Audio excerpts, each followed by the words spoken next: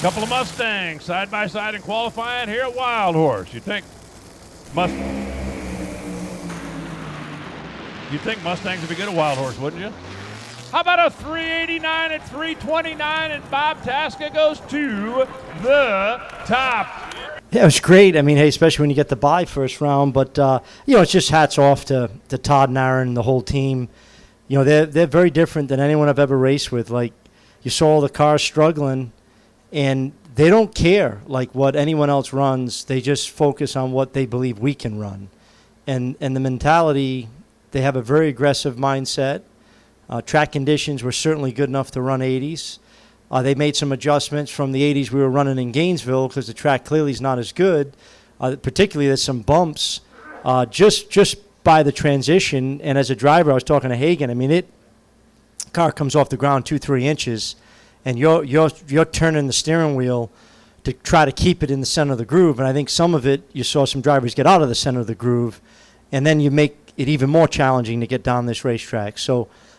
Just hats off to the guys. I love the aggressive mindset of this team. I think it's going to pay big dividends to us as the season unfolds. And, clearly starting off in the number one spot, it's a good place to be Sunday morning. Had a good qualifying run Friday night in great conditions. And probably won't see those conditions tomorrow out here. But so it's going to be a dogfight like it always is. And definitely with Alan and all these guys on this Mac Tools Toyota, we're looking forward to getting after it and see if we can get double up. All right, joining us here in the Media Center here in Phoenix is Pro Stock number one qualifier Cristian Cuadra. His run of 6.552 from Friday held up, giving Cristian his first number one qualifier in his career, first Mexican-born driver to earn a number one spot in NHRA history. A lot of cool firsts for you. How's this kind of feeling for you as you go into race day? It feels really special. It feels really special for me. Unfortunately, I'm sorry. My dad didn't qualify. Junior is struggling a little bit, but I think that if I'm number one, they can be also, and that makes me be really, really happy. Of course, it's always the nervous about you're the number one and everybody's watching at you because you're number one. So it's a weird feeling. I always dream to be in that spot, and today is the day.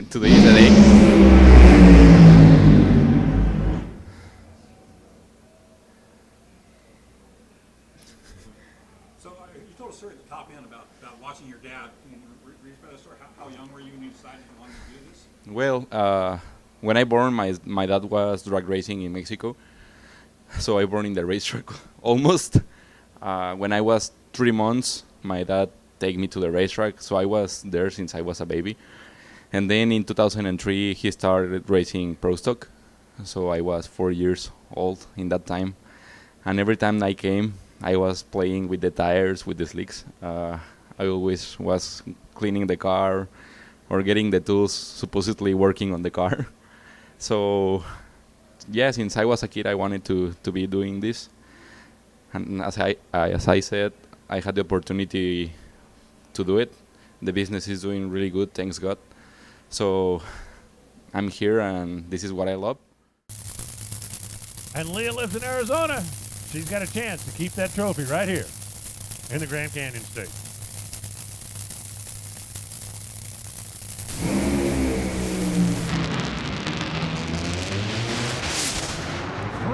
67, 330 miles an hour, and Doug Kalitta takes Mac Tools to the top. Yeah, the car was strong. That was earlier in the day. I was sitting there talking to Alan and Brian, and they said, well, I don't think it'll run a 364, but a 367 will probably, be able to do that. And we go out there and run 367, so that was pretty cool. But no, my guys have been working their tails off on this thing, and we're all super hungry to make it happen, and no better place to do it than here. We love coming to Phoenix.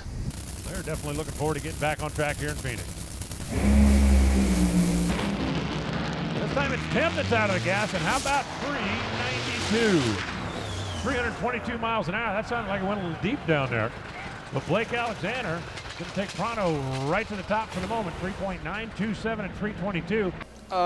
Honestly, we were a lot of times when you come to this track, there's been a lot of preseason testing here and lots of knowledge, lots of people out here just prepping the track, taking care of it, and we kind of came out here today with just the mindset of we didn't do that good on Friday in Gainesville. In fact, we lit the car on fire, and we wanted to just go down the track. So we did that, and it turned out to be a nice ending for us. Absolutely. Bill? Yeah, they interviewed Jim on the start line. He said pretty much everything went bad for you in Gainesville in testing and at the race. So how nice is it for you to turn this around first lap, get a good one under your belt?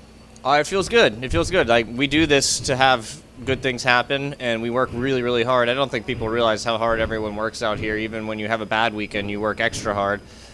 So we're happy for Pronto, head contractors, everyone that we work with to just kind of feed this car what it needs. We have what it needs, and we just need to keep going forward.